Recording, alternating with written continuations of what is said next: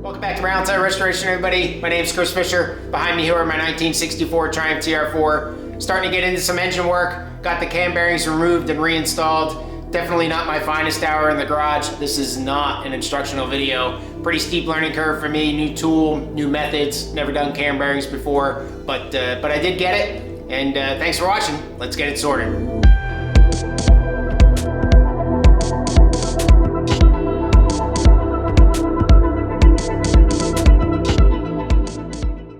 So what we have here is a universal camshaft bearing removal tool. And I say universal for a couple of reasons. One, because it's got obviously a lot of different sizes to choose from here. And two, because if you look online to see these tools, you will find them anywhere from about $65, which is what this was, to $178 or so dollars, which is what the more name brand ones were. But if you look at the blow mold case and you look at these tools and you look at the steel and the metal and all that, they are exactly the same tool, or at least as far as you can tell by looking at the pictures, they are exactly the same tool. So my recommendation is to go cheap early and give it a shot. And you know, I wouldn't use this thing if I was doing multiple motors, but for one or two, it's worth a shot to me, at least for getting them out. If this really gives me a hard time and I don't like the way that it works, I'll take the block to the machine shop to have them reinsert the new bearings. But for now, I'm going to go for it. So this was about $65 from Amazon. I'll put a link in the description. New set of bearings is about $30 from any of your, usual suspects. So we're going to go ahead and get this thing kind of set up, and I'll show you how I am going to remove the cam bearings. So in the TR4 block, there are 3 cam bearings and then a front cam bearing capture, for lack of a better way to put it. I don't have that here with me, so I can't show it to you. But you can see the cam bearings here in the back. So this is a cam bearing here, this is a cam bearing, and there's another one right in front. They're only about 3 or 4 inches separated, starting about the number 2 main bearing. So you can see the hole that's down here, that's an oil passage hole. So that'll come all the way through.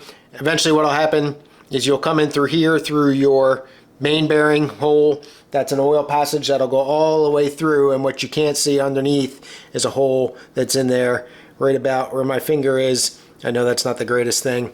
I'll see if I can put something down there so you can see it.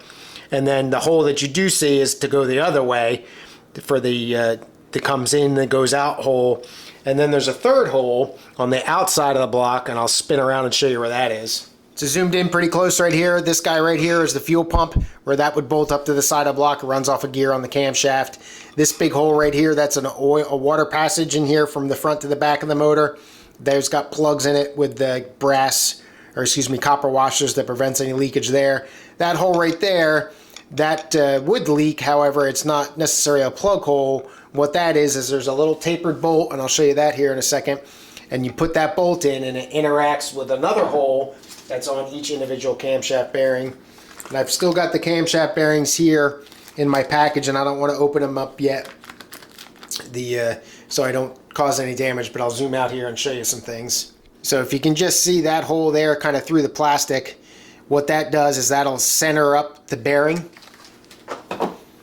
And then you have this bolt here, and hopefully that's focusing, and you can kind of see the end of that. It's tapered a little bit. It's got a little almost like a little cutout notch. That fits right into that hole, and that grabs the bearing and holds it in place. So you've got 2 oil holes to line up, and you've got that capture hole to line up. So obviously it's pretty important on how these bearings come in and go out. There's not really a whole lot in the workshop manual that tells you anything. You just kind of puts them in and puts them out. But just as long as you realize that, take some pictures, get your orientation straight and all that, you'll be fine. Well, unfortunately, it doesn't appear that I have anything thin enough to fit through the oil channel, and to try to show you where it comes out of the bearing. It's also pretty thin. The bearings themselves, they look to be in okay shape. I do see some scoring and stuff on them. I don't know how long the motor has been run, but we're going to go ahead now and get this tool set up. I'll try to show you the best I can and get this first bearing knocked out. All right, so the way this tool works, mine did not come with the directions. Not really all that surprising. So I can't recommend enough to watch videos to figure out how this works. There's a whole bunch of them out there. Lynn did one, and between all the ones you can find out there on the internet, you shouldn't have any problem figuring out how this is really supposed to work. But just to show you how the tool's set up real quick. So this is the business end of the tool. This is the side that's going to interact with the bearing. So you have this piece here that's got a rubber kind of sticky sleeve on it, and you can, I think, see right there it's split. So there's 4 separate collar pieces that go along there, and as you tighten this bolt down here and it tightens that thing into this shaft, this is a tapered washer, for lack of a better way to put it, and as that bends down and tightens down into that, it spreads this out a little bit, and what that grabs is the actual bearing grab thing. So you would put that in like this, knock it onto the bearing, tighten this guy down, and as that tightens, it expands this guy into the bearing, grabs the bearing with this rubber so it's nice and slick but still protects the bearing face. Then you run this through the block and into the bearing to do that, and then attach this big long pipe here. You can see it's got a big knocker end on the end of it, so you screw all this together so you can get it out of the block, and you essentially beat on it to force the bearing out. So again, this is the piece that's going to interact with the bearing. These Triumph bearings, I don't remember the exact spec, but they're about just under 2 inches or so. That's what this collar fits, up to like 1 point. There's a little data table that you can find online, because like I said, the instructions didn't come with that, but you've got various sizes here. So we'll go ahead, I'll show you how to get it set up inside the block, and we'll hopefully knock that first bearing out. So you got to get them out in reverse order essentially. So we'll start with the forward one first, work our way back to knock them through. The one on the very back, you also have to worry about the camshaft plug back there. That'll be a little tricky with the engine stand, so you might have to readjust your engine. So the shaft, you can see that probably entering the picture now. That's coming in from the front of the block here, and it came all the way through the very front camshaft hole. So we're going to go ahead and take this collared piece here. I'll try to put it into the cam bearing first. We'll see if this works. Probably about 17 different ways to do this. And that actually looks like it's going to be a little too big. So I was wrong. Alright, so we're going to have to go to the next smallest size, which is this guy right here. So this is not the smallest one, but it's pretty close. So we'll get that inside cam bearing. Alright, hopefully I'm giving you a good shot here. So you can see I got the sleeve in there. Unfortunately, the camera angle is kind of tough here, but we've got that just kind of set in there, and then coming through with the piece that's going to interface with that, push through.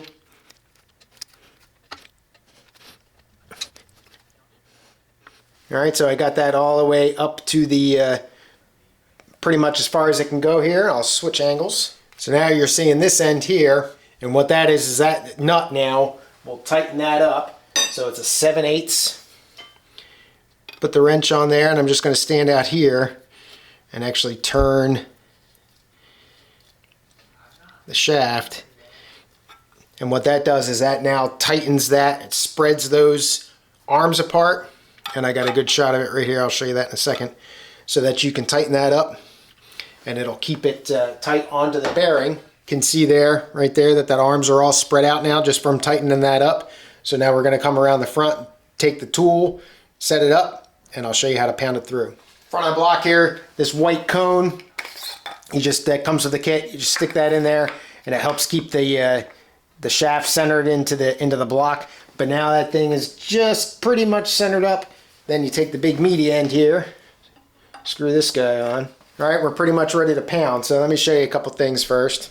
All right, so one thing to point out down there, you can see that tan, and what that is the rubber. So I don't really want the collars that are to the left of that to smack into the engine block and score the inside of that cam housing, the bearing housing. So I've got the grippery thing kind of set back a little bit. And then over here you can see it doesn't really go all the way in. You can just barely see that. So now essentially we're going to go ahead. Got the arm way out there. All right, got everything ready to go. Pretty much all that's left now is the crying. Got about a 1 pound sledge here. Smack it through.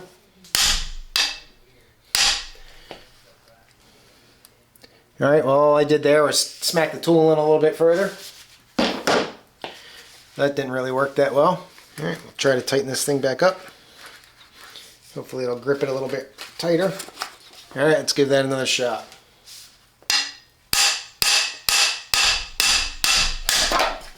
All right, well, it's not going through. All right, well, I'll be honest here, this thing's kicking my butt a little bit. I've got the tool about as tight as I want to get it, at least right this second. So we're going to give it a couple shots here, and if it slides through, then we're going to try something else.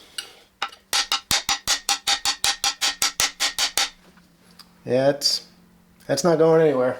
All right, what I don't want to do is I don't want to damage this rubber any more than I've started to here, but you can see the indentation from the oil hole, so it's in there pretty tight. Can't really, I don't know. We'll regroup, come back.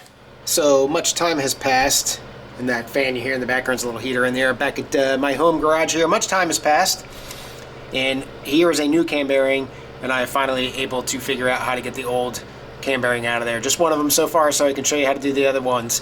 My kick in the pants was to watch Ellen's new video on his TR4 rebuild that he's doing, and he pulled the cam bearings. Not his first video pulling the cam bearings, but he said one thing that kind of clicked with me a little bit, made me come back in and retry, and that was not to over tighten this collar in here to really grab onto the inside. And though he didn't explain, I assume that you will tend to spread the bearing out maybe and just make it just that little bit harder to slide out. And also this metal collar here in the washer, what I didn't understand was that they should really impact the bearing, or at least they do in this case, and help that pull the bearing out. That just the friction between the rubber and the inside of the bearing is not what is pushing the bearing out. It's that's just to protect the bearing face. It's that collar going through the actual hole where the bearing goes in that causes the thing to come out. So some knowledge there and some experience and everything, but I got one out, and I'll move along with the rest here, and I'll show you how it's done, or at least how I'm doing it. So I pulled the forward front one, the forward large one out. I've got the last two to go here as well, but you still drive from the front like I showed you earlier in the video, and the removal process is the same once you figure it out, obviously. So we're going to focus, there goes my light, we're going to focus on the smaller center bearing right now, and I'll focus in on that so we can see that, and I'll show you how I set it up. So I think you guys know that I really like Harbor Freight stuff, especially their lighting. It's inexpensive, it's pretty good quality wise. That's what's lighting up in my garage in here right now. But I got this little handle light, and I really like it. It's very bright. That's what you were seeing. That's what I just dropped in the last segment. But the thing that I don't like, and the design flaw that I think, is this bracket here, which is a nice little stand, pretty solid with rubberized feet and all. You put that in like that, and what you can't do is bend the light so it points down. This bracket is not wide enough, and it hits the edge of the light, and that's just, you know, to me, you can go all the way up with it, but you can't go down even a little bit. And you can see I kind of mangled this here because it was running into this thumb screw. But that to me is a design flaw, something that I can probably, you know, fix myself and just let that widen this thing out or something, do some modifications to it, which I might do. But for now, it doesn't have a stand, and that's why I dropped it. So the lighting's probably not the best here to kind of show you this, but the gist of it is you have this whole assembly like I've showed you already. This piece right here is going to go into that bearing face. You slide it through all the holes here, come up and contact the bearing. Now I'm going to tighten this nut in the back here. Not real tight like Ellen said, but tight enough to not just let it free twist in there. So all I do is just grab it with the wrench and turn the whole thing.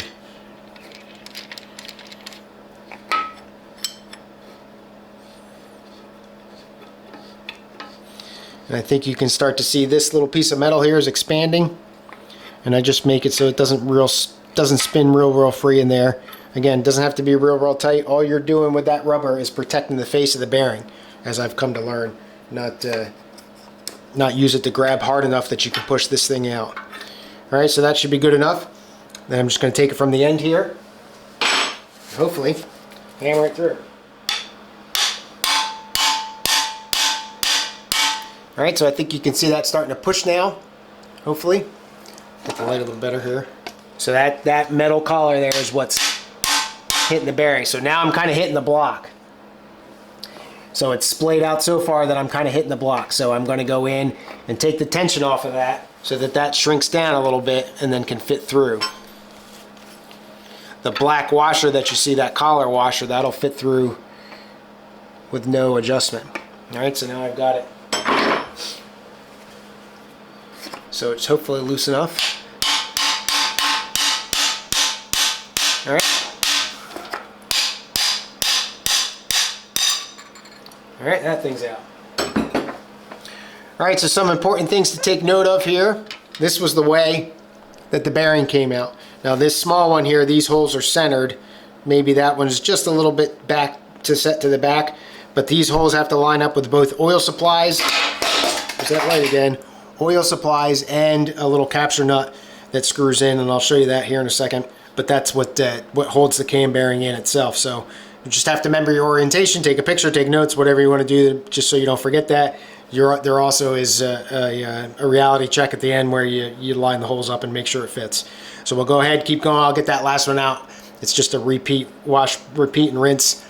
The only thing about the back one is you've got the bearing cap for the end of the cam, and you potentially have the jack stand, or excuse me, the engine stand in the way. So you might have to remove the block from the engine stand. Hopefully I won't have to do that because this thing's pretty heavy, but we'll see. All right, so I was able to get all three of them out, and all I did is I got lucky on this engine stand here. I was just able to disconnect this one arm that was connected down here, and move it out of the way and lower it and be able to drive it through. So there's the three bearings as they came out of the motor, and I'll show you the hole lineups and all that stuff that you need to concern yourself with now. All right, here real quick is the large front bearing for the camshaft. This is the bearing surface on the inside here. That's what you're concerned about, and you can see that doesn't look too bad. Probably didn't really need to replace this one. This is the rear one. This is a different story. You can see it looks kind of okay there, and then as I spin it, you see that babbitt has been taken off, and cam, this is either wasn't centered in the hole very well, though I doubt it because this thing is so wide it should be self-centering, but you're definitely started to lose some babbitt there. So this one definitely needs to be replaced, so I'm glad I'm doing this. So you are looking from the front of the engine right down the barrel of the camshaft. I'm going to stick a little screwdriver in here, and you're going to see the screwdriver pop out. And these holes that the screwdriver is going through is for the capture nuts that come through from the outside of the block and screw in. And there's a little tab on the end of them that go into the holes. So hopefully you can see, sticking the screwdriver in there, you can see that in the hole, as well as my hand. All right, there's three of them, one for each. Little capture bolts that go in there. So that's where those go in. So that's one each hole that you have to concern yourself with. There's other holes that you need to worry about. Two other holes, or one each, for oil. And in the first and the third, or the two larger of the three cam bearings, its oil supply comes right from the crankshaft main bearings. So there's hole in the main bearings into the block, and they go in, and there's just oil passages that go into the camshaft bearings. So I'll show you that. You'll see the screwdriver coming in from the opposite side now. See that come through? So that's the front bearing. And the rear bearing can't get the screwdriver in there to make the angle because it's too tight. It's interfering with the side of the block. But a very similar oil passage that's in the front bearing. As a side note, the front #1 main bearing also has an oil passage that goes to the capture sleeve here to keep that oiled. That's not a bearing per se. That's just the capture sleeve for the camshaft, and that gets oiled separately, but no bearing goes in there. And then finally, the other oil passage is coming on the side of the block. So the oil's coming in through the crank main bearing, through the bearing, and then out into the channel on the external of the block. I'll show you that in a second. So there's cap nuts that go on the side to prevent the oil from leaking out. So you'll see my hand there that comes in and goes into the bearing up at the top. I'm not sure that you can see that. I don't think you can. And then same thing in the back here, that screwdriver goes in and comes into the top. Now as far as the center bearing goes, that one's a little bit different. I'll swing around here and show you this oil channel on the side. All right, so this tube looking thing that sticks out, that's the oil channel. So you've got a cap here for the rear camshaft bearing, a cap here for the middle one, a cap here for the front one, and then these little holes on the bottom here, those are where the capture nuts go in to keep the bearing from twisting. But the oil just comes through here, fills that channel, goes, here's the oil pump where that would bolt up, and the oil filter. The oil pumps in there, kind of comes in through here, and then it also is a cap there for the front. These are sealed with a brass or copper washer to keep it from leaking, but that's the other place you go through. So the oil comes in through the main crankshaft bearing, through the bearing surface, out here into the oil channel, fills that oil channel up, sneaks into the center bearing through here, and this is just a cap. sneaks into the from the crankshaft main bearing into this one in here too. So the center bearing kind of gets fed from both, and eventually it all goes out the front and back through and just gets circulated through the motor. So that's how it works. So now the trick is getting the bearings back in the proper orientation and to get all 3 or 2 of the holes lined up depending on which bearing you're doing. The other thing I'm not going to do is lubricate the block itself to help this thing slide at all. I'm not real concerned about the bearing spinning because of the capture nuts, but just one other thing to worry about. So I'm going to try to clean those surfaces up pretty good so that I don't take any chance of the bearing spinning as the camshaft tries to spin it. So looking at how everything lines up, this kind of larger oblong hole here, that's going to be for the captive screw, and then you've got a smaller oil hole here, and then a oil hole here. So it's going to essentially kind of go in somewhat like this. So you've got one oil hole that comes and distributes itself to the next through the passage, and the one that comes up from the main bearing is up here, which you really can't see. So that's a way that the bearing needs to go in, and because it's not centered, you can see these holes aren't really centered on the bearing. You also have to worry about it putting in front to back. But that's the way that it's going to go in. I'm going to kind of get it sized up and fit up and then try to make marks on this. Alain also did this in his video so that you don't mess up looking at it. And then I think I'm going to try to throw it in the freezer, chill it out, make it shrink just a touch, and see if that might help a little bit. I don't really know if it will or not, but it's worth a shot. Before I forget, here's the oblong hole that the captive bolt is going to go in. So that's just, it's got just this little, if the thing will focus for me here. There we go. It's just got a little nubby sticking out of the back, and that just kind of fits in that hole. Now, if I put it flush in here and put it tight as far as it can go, it does creep into the bearing surface a little bit beyond the bearing surface. So obviously the machining tolerances here are relatively tight, but I think with this washer and everything, it'll be okay. But that's definitely something I'm going to run my finger in there and make sure that this is not creeping in to the inside and destroy the camshaft, that's for sure. So I got the bearing just kind of set there. So this is going to pretty much be an eyeballing game here to try to get this thing lined up. I don't know of any tricks on how to do this really, so we're going to cross our fingers, I guess, and hope we get it right.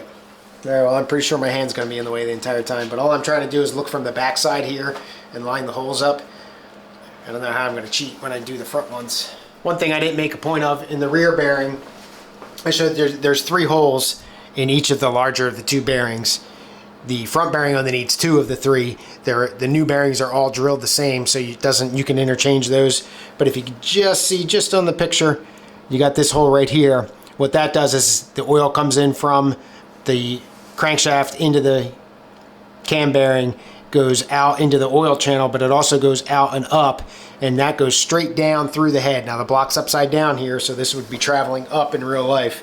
And essentially what this is doing is supplying oil to the head for the rocker covers, or the rocker arms, and all the valve train gear. So I'll stick a screwdriver up through the bottom here, and you should just see the tip of the screwdriver start to come up right there. So obviously you want to make sure that this is unobstructed, and also that you get the cam bearing hole lined up with that. So that's the other passage and why the rear bearing is a little bit unique. All right, I think we're ready to go here. Got the bearing out here in a second from the freezer. Just making sure that surface in there is pretty much clean. I got the tool all set up here, ready to grab the bearing for me, and we'll get it in. Hopefully these bearings don't get really brittle when they get cold. Tighten that up a little bit to take a grab on the bearing.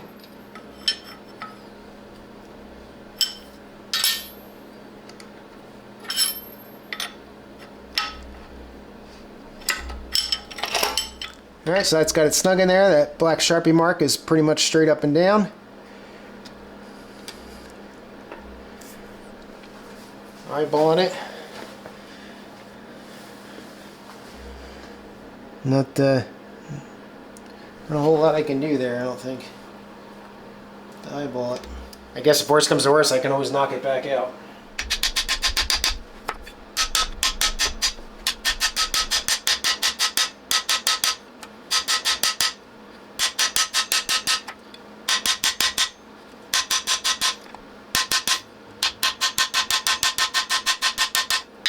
Alright, I can see the hole at the bottom. That looks not perfect, but okay.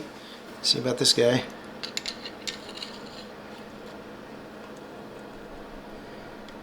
Well, that one's not going through. Yeah, unfortunately. Fortunately, it looks like I missed here. Gotta rotate it just a touch counterclockwise, which can't do once it's in there. Well, I got the capture nut tight, which was a mistake. Yeah, we're gonna have to do this again. I'll show you what I screwed up here. Yeah, new set of bearings in my future here. I'll show you.